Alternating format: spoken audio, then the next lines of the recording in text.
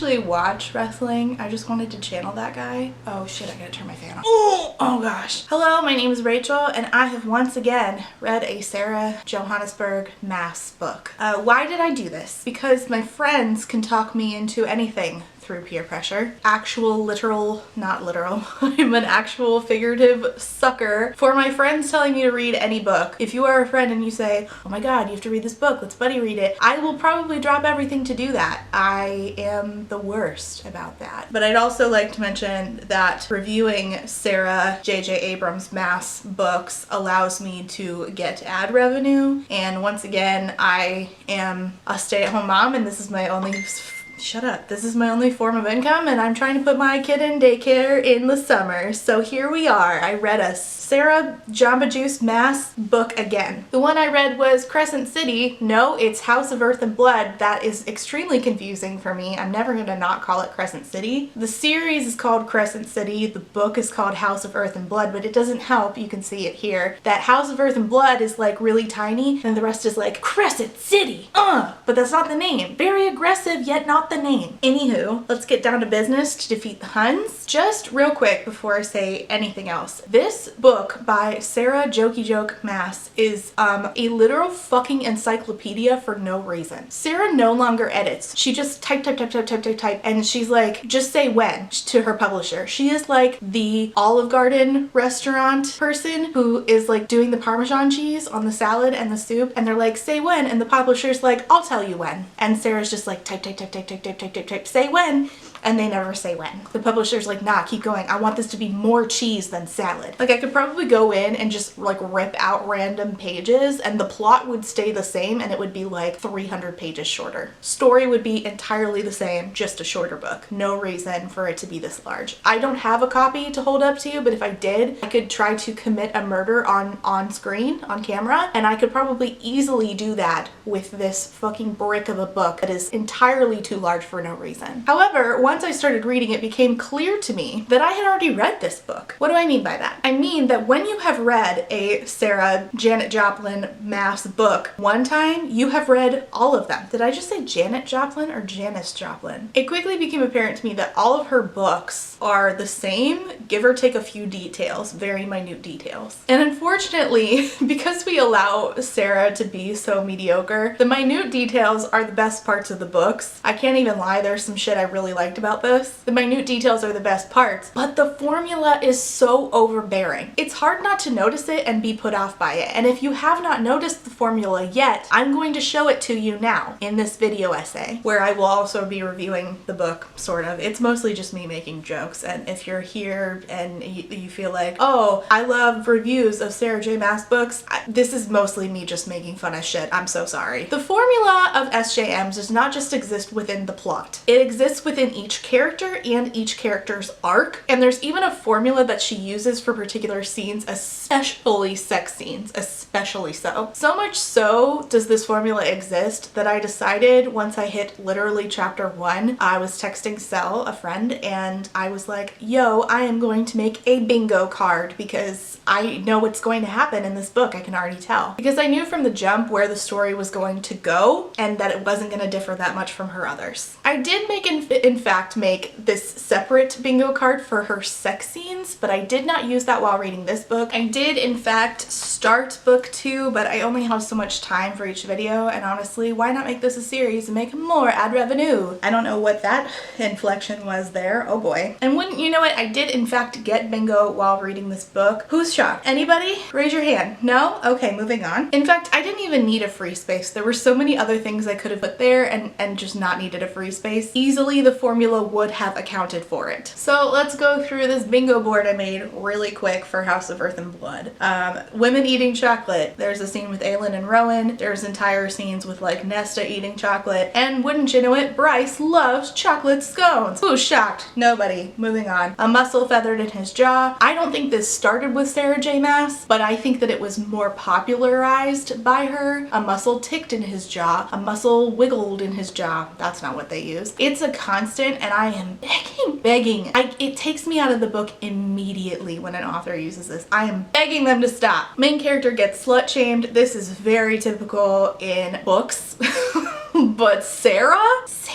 Oh man, Sarah is the biggest culprit. Sarah loves to slut shame people. She likes to slut shame her main characters, her side characters, and like use it as a wow, look how misogynistic people are. And then also every villain is also a sexual predator. So there's just a lot of weird themes about sex in these books. The word purd, I don't say no more. Male dominance. In this book, it's alpha hole. In other books, it's just, you know, typical bullshit about fae being domineering when they're males. Don't get me started on the use of male and female. A man growls. I mean, you know, because apparently fae are more animalistic, but there's no reason not to use a synonym. The word arousal is used typically in a phrase of he scented her arousal in the air, which I am, what kind of fumes? Is global warming being affected in this world she's created by the arousal that's being left off into the air? Only Sarah could tell us. A man clenches his fist. This is, again, it didn't start with Sarah, but she certainly uses it. There were plenty of others, but those were just the ones. I didn't really do like plot or character arc things. Those were just like the descriptions that typically are used in Sarah J Maas books. So that's what I want to focus in on here for this particular book. Moving along. Where are my notes? She definitely does this other thing where she like constantly says what people smell like. So Rowan is constantly said to be smelling like pine and snow, and Rhysand smells like night, which I don't know what, you know, nighttime smells like. And then this one says things like a smell that couldn't be placed, like stars. And I was like, what the fuck do stars smell? We don't even live remotely close to one anyway. And then another was he smelled like cedar and lightning. What the fuck does lightning smell like? Who has possibly gotten close enough to lightning to live and find out what it smells like? Anyway, sorry. When you write things that don't make sense, it really takes me out of the story. It's like when what's her face in that really awful indie series wrote The Scentless Smell of Winter. Is it scentless or does it have a smell? Pick one. All right, before we actually get into this, yeah, you've been here several minutes and I haven't even started. Wow. I will be nice and go ahead and list all the things that I did actually like about this book. I think I gave it like 3.5, so I don't know. Let's settle on 3.25. It's not bad, it's just mediocre because of the formula. If she would do something new, I might rate her differently. Redundancy certainly annoys me, but when Sarah does stuff that I like, I really like it, and I have said this before.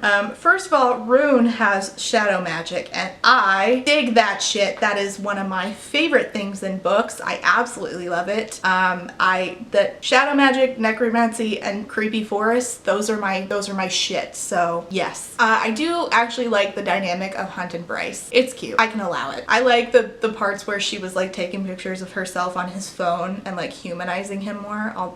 Humanizing, I guess, is the wrong word because they're not human. They're fae or angels or whatever they are. But you know, giving him more human touchstones to have in his life, more personal touchstones. I like Lahaba and Syrinx. I like that for once Sarah clearly wrote a main character that was thicker and not super skinny. It's nice to have that representation as a big girl myself, but I hate that all of the fan art is like, let's just make Bryce a skinny bitch with some red hair. All right, it's fine. It's fine. You can be fat phobic and prefer skinny people because you have, you know, been culturally conditioned to do so. It's fine. We didn't need any representation anyway. Honestly, I think it's just fucking ridiculous that people do that. Like, why would you take it and just, you're like telling people that you would prefer us if we were skinny. That's what you're saying. So that's shitty. So it's not, I found this fan art of Bryce and I was like, that's exactly how I imagine her. That's exactly how she's described, and I love that. I love that for us.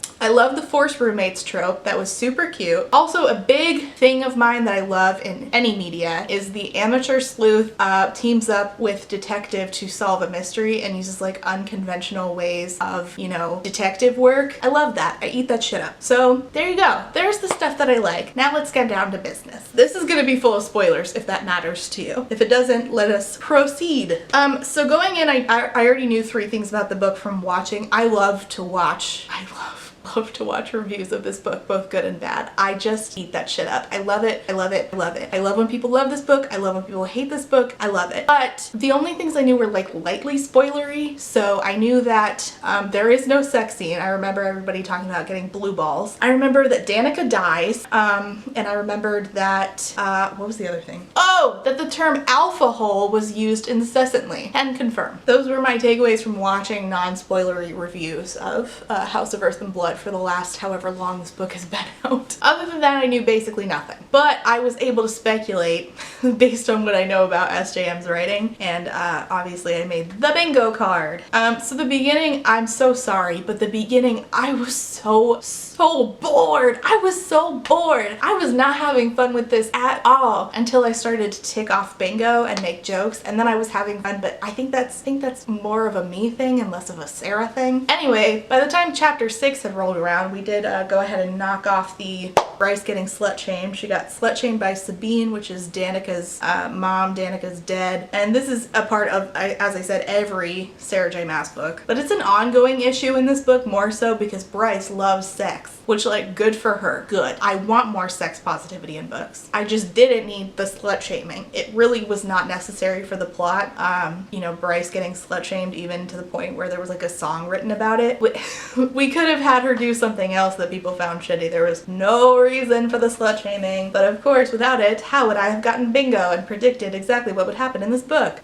Male dominance was a thing that could have gotten, like, 50,000 check marks throughout on its own. Hunt and every other dude is called alpha hole like a gazillion times. Gazillion, oh boy. Speaking of Hunt, that man, let's bring up the formula, shall we? That man is Rhysand 2.0. How? Racially ambiguous, sexy man with wings, who is at one point enslaved to someone else. Every single dude love interest in Sarah J Maas books, every single one, has the same tragic backstory, which is, I wasn't strong enough to save my insert a woman here, be it mom, sister, wife, girlfriend. So for Dorian, it was that girlfriend. For Rowan, it was his wife. For Rhysand, it was his mom. For Tamlin, I think it was his mom. For Rhysand, it was also his sister. For Cassian and I think, what's his name? Shadow guy? Also their moms. Like, I wasn't strong enough to save my insert a woman here. It's the same shit every time. I think I said this in a different video about SJM where it's like, she serves up the same man and she just is like, here's a new dish. And it's like, but this is the same dish you served me. It's just with a different sauce. Like, this is still chicken. Yeah, but it's teriyaki chicken this time. Okay, but yesterday it was hoisin chicken. It's not really different, Sarah. Yeah, it is different. It's barely different, Sarah. While I'm on this train of thought, let me explain the formula that I think that she used to create Bryce. I think that she really loves the idea of the Autumn Court in ACOTAR and just like sort of remixed it. She was like, I love the Autumn Court and I really want to focus in on that, but I think I'm gonna do it in a different book. So she took the Autumn Court King and made the Autumn King, and then she was like, I need a main character. Okay, so she took Lucian, like Lucian's kindness, Lucian's loyalty, and she was like, I really prefer women main characters. Well, so then she took Lucian and she was like, I know. She took Lucian and she just like smishmashed him with Nesta. She was like, Lucian's kindness and loyalty, but Nesta's sex drive and her ability to dance. Voila! We have Bryce, whatever her last name is, I can't remember. I think her middle name was Adelaide? Bryce Adelaide.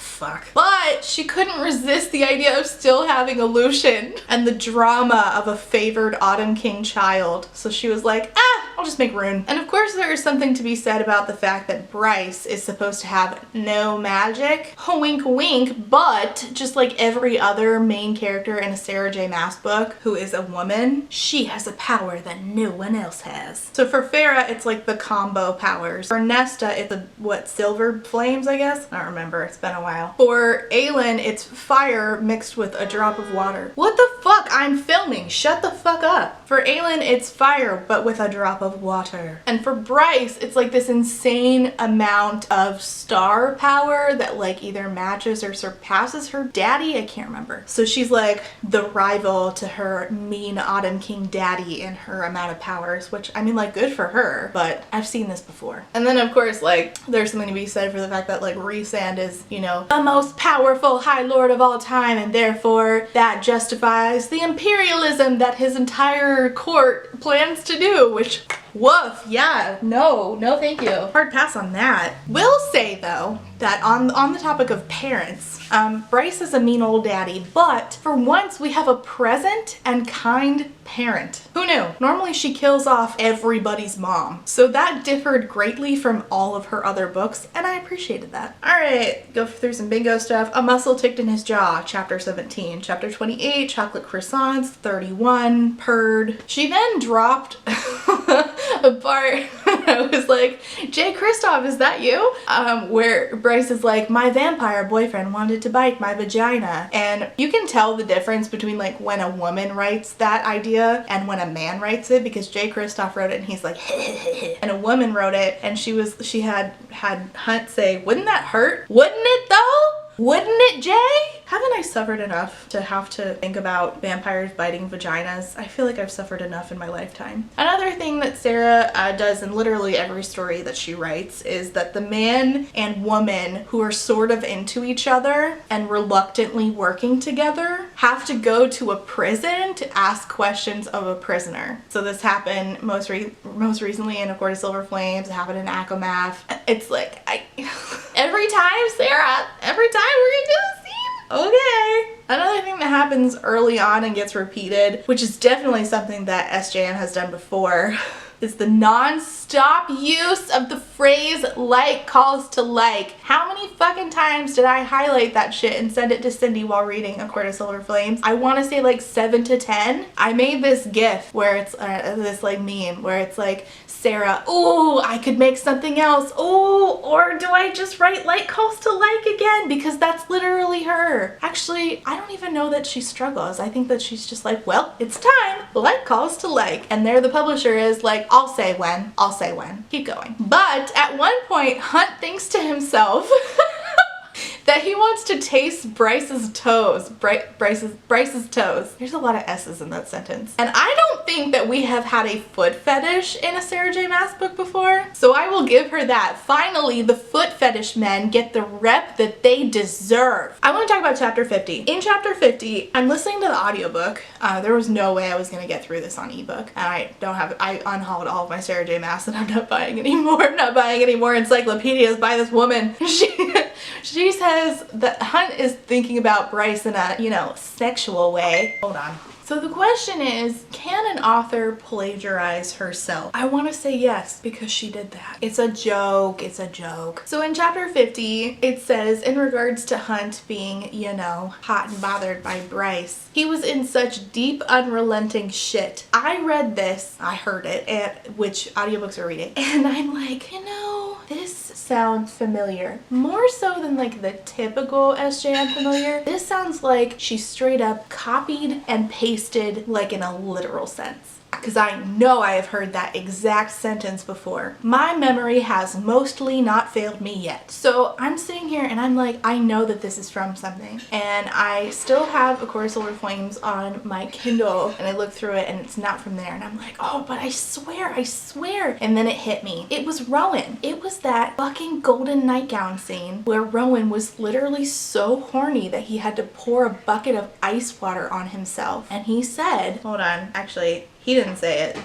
Damn it, I thought I sent it to myself. Oh, I must have sent it to myself on Twitter. Rowan was still staring up at the ceiling, teeth gritted as he calmed the roaring, they're always roaring, in his veins that was steadily shredding through his self-control. That goddamn nightgown shit. He was in such deep, unending shit. And the thing about the change in wording from unending to unrelenting is that Sarah picked up on the word unrelenting between writing Queen of Shadows and another book and has not stopped using the word unrelenting. So much so that I actually put it on my next bingo board. Because the word unrelenting is certainly used in A Court of Silver Flames a lot. So at one point in this book, Sarah, Jesse's girl Maas, almost had me. She almost had me. I thought that she was playing a little jokey joke on me. I thought that she had written this like copy pasta of her previous books and like done the formula only to be like, I see you making fun of me all the time, Rachel, and I'm gonna change the script on you. Because when Bryce summoned Adis, I was like, oh my god, Sarah has finally written a villain as a main character. I love this. I'm so excited. For 2.7892 of a second, I really thought that. She really had me. I really thought that Bryce was the bad guy all along and that Hunt was about to find out. But alas, nah. Adis is cool though, and I do look forward to seeing more of him in further books. Of course, everything that Sarah does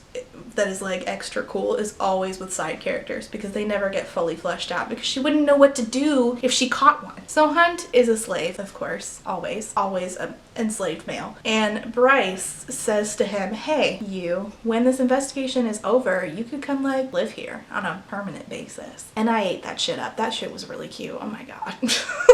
I am a sucker for that. It was wholesome, it was cute, I ate it up with a spoon like butter. I award them half of a point. Then along comes another copy pasta. Of course, there is always one or both of them, the main characters in Sarah J Maas books are traumatized and the romance is about them getting through their trauma together. Along comes the tender bathtub scene. We get it in every series. We got it in A Court of Silver Flames and I think in Akamath or maybe Aquawar, and definitely in Kingdom of Ass. And honestly, it was cute. Again, I award them a point. It was cute. I ate it up. I'm sorry. Chapter 55, the word arousal is used, which that's the irony. All right, let's segue real quick into actual plot shit rather than just commentary on random things. The problem with the formula of SJM is that I figured shit out way in advance, and Cell can attest to this because I was texting them about this. Again, this is spoilery, so if you don't want to hear spoilers, you better jump out now. I knew from very early on that Micah was the one. When they were like, it's Sabine, she did it, I was like, no, it's not Sabine. It's never their first option. It's gotta be Micah. It's gotta be Micah. It's always the one that they're like, nah, it's not them. They're not on the list. It's always the one that's not on the list. And it's usually a person in power. It was too easy. It was too easy. It was also to me that the Medwitch was the queen whose name Hypaxia.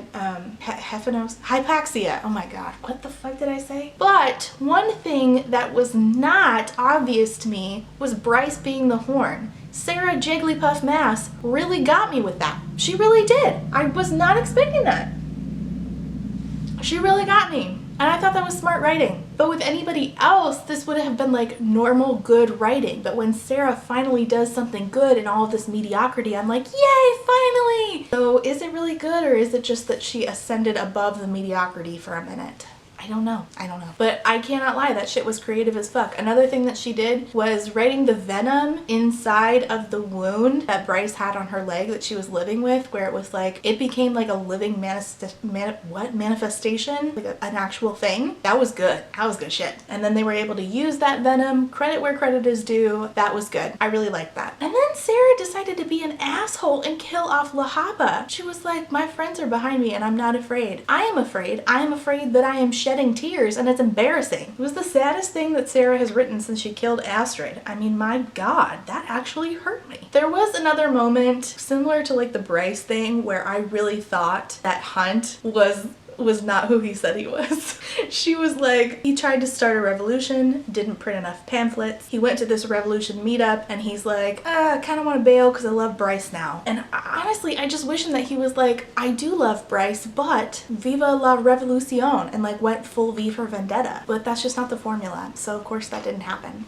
I really, again, appreciated that in the end, we got a lot of Bryce's mom showing up. I thought that the whole light it up thing was really cheesy, and I think that Danica really was just there, just like what's-her-face from Throne of Ass, where it was just like, this person just exists to further the story of our main character rather than like being a full character on her own. I'm pretty sure people have made that commentary before.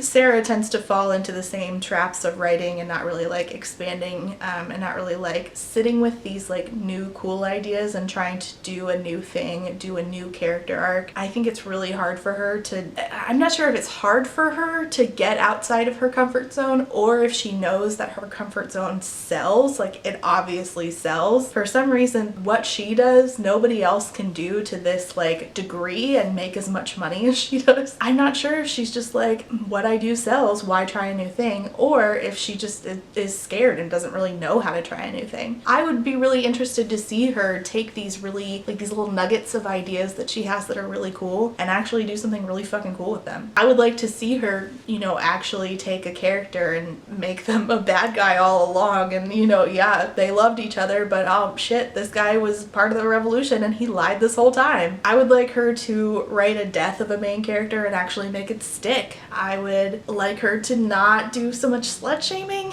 There's a lot that I would like her to do, and I think that she could, but her readers would have to like ask that of her, and I don't know that they do. Like, people that love the formula, and nothing against anybody, like I make a lot of jokes, but you know, if you love this shit, good, eat it up. I eat the same meal every freaking other day. I like tacos on rice, you know, every freaking Wednesday, and so certainly if, you know, your thing is to eat the same thing but in a book form, I have nothing against that.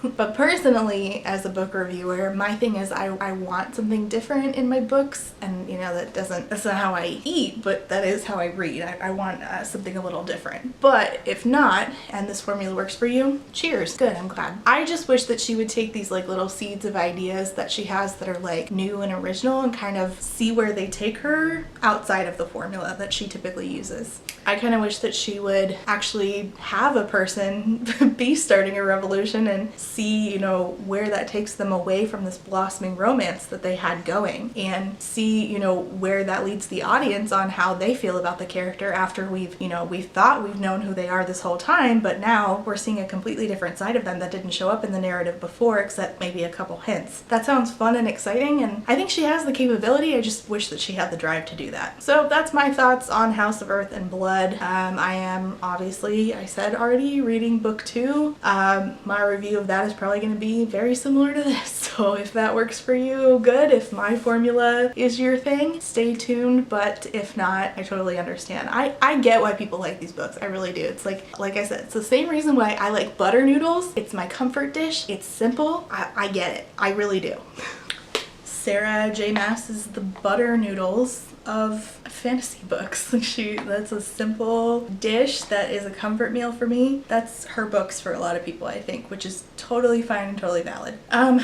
I think that, yeah, I'm going to continue reading them, but mostly not because I'm like, wow, I'm so excited to see what happens. More just because I like having these kind of discussions. I like talking about it with my friends. I like making bingo boards for literally everything. If that's your jam, stay tuned if you like my formula for how I review Sarah J Maas books from now on. I also do have a review down below of A Court of Silver Flames. And if it's not your jam, that's totally fine. To each their own as far as Our Lady Sarah go. If you like the work I do here, I do have a Ko-fi account linked down below. Like and subscribe, and leave your thoughts about Crescent City, House of Earth and Blood down below. Thanks for watching. See you next time. Bye!